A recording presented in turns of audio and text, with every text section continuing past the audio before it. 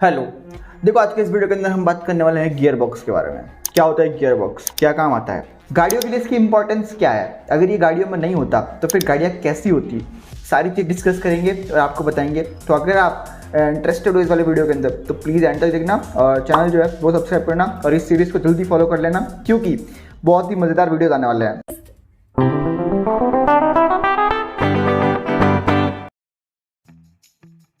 देखो, गाड़ियों में लगा होता है इंजन जो है वो पावर प्रोड्यूस करता है। अब वो प्रोड्यूस हुई पावर जो है वो टायर्स तक पहुंचाने के लिए एक सिस्टम बनाया जाता है। वो सिस्टम को बोलते हैं ट्रांसमिशन सिस्टम।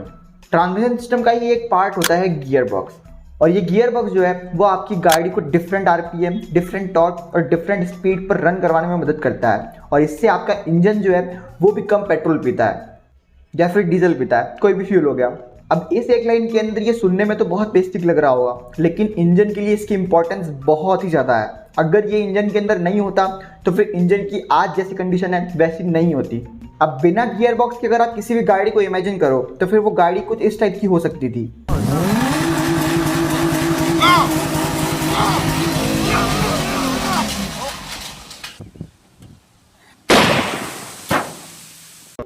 अब रियल लाइफ के अंदर आप जब गाड़ी चलाते हो तब टॉर्क, स्पीड और आरपीएम के बीच में ना एक रिलेशन होता है। अगर आपकी टॉर्क कम है तो फिर आपकी स्पीड जो होगी वो ज़्यादा होगी, आरपीएम जो है वो यहाँ पर कांस्टेंट ही रहेगा।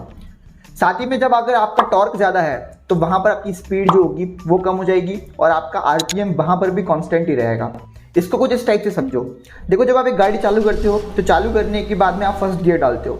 फर्स्ट गियर में डालने के बाद में आप एक्सीलरेट करते हो, तब एक्सीलरेशन में आपका आरपीएम मीटर जो है वो वहाँ पर करीबन 1500 से 2500 के बीच में आरपीएम की रीडिंग बताता है। उस आरपीएम की रीडिंग के अंदर आप गाड़ी को एकदम स्टेबल कंडीशन से रनिंग कंडीशन के अंदर ला पाते हो और आपकी गाड़ी लगभग 15-20 की स्पीड से रन करने लग जाती है। फिर अगर आप सेकंड गियर डालते हो तो फिर आपका आरपीएम वही रहता है और बाद में आपकी जो स्पीड है वो धीरे धीरे बढ़ती जाती है। फिर अगला गियर आपने शिफ्ट करा, फिर स्पीड बढ़ गई, आरपीएम जो है वो वही रहा।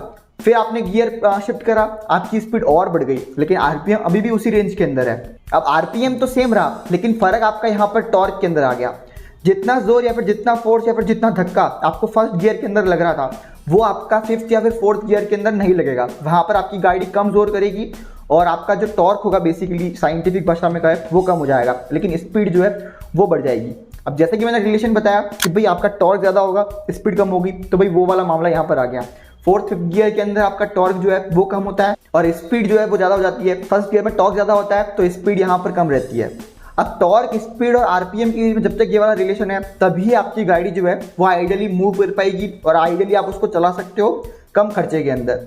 और ऐसा पॉसिबल खाली गियर बॉक्स की वजह से है, क्योंकि इसके अंदर आपको डिफरेंट गियर्स देखने को मिल जाते हैं। अब अगर आपकी गाड़ी के अंदर गियर बॉक्स नहीं है तो भाई ऐसी कंडीशन में मैंने जो रिलेशन बताया स्पीड, टॉर्क और आरपीएम के बीच में, ये एक दूसरे के प्रपोर्शनल हो जाएगा, जबकि हमको प्रपोर्शनल नहीं चाहिए।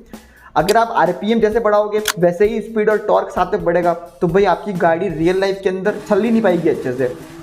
आपको खड्डों वगैरह या फिर ऊंचाई वगैरह के ऊपर ना स्पीड कम चाहिए होती है, जिससे फिजिक्स के जितने भी रूल हैं उनको गाड़ी फॉलो कर कर आगे बढ़ती चले। लेकिन ऐसी कंडीशन के अंदर आपकी हालत और आपकी गाड़ी की हालत दोनों खराब हो सकती है। एग्जाम्पल के लिए मान लो आप खड्डों में चल रहे हो जहाँ पर आपको टॉर्क ज़्यादा चाहिए, स्पीड कम चाहिए, लेकिन बिना गियर बॉक्स के भाई आपको हाई टॉर्क के लिए आरपीएम बढ़ाना पड़ेगा। आरपीएम बढ़ गया जिससे टॉर्क तो बढ़ जाएगा, लेकिन उससे साथ में स्पीड भी बढ़ जाएगी, क्योंकि ऐसी कंडीशन में तीनों एक दूसरे के प्रोपोर्शनल है। अब ज़्यादा स्पीड के साथ में अगर आप खड्डों के अंदर जाओगे तो भाई आपकी हालत और ज़्यादा खराब हो सकती है। गाड़ी में भी वियर एंड टियर के इशू आ सकते हैं, सस्पेंशन सेटअप जो है गाड़ी का वो बिगड़ सकता है, स्ट्रक्चरल डैमेज जो है वो भी गाड़ी के अंदर हो सकता है।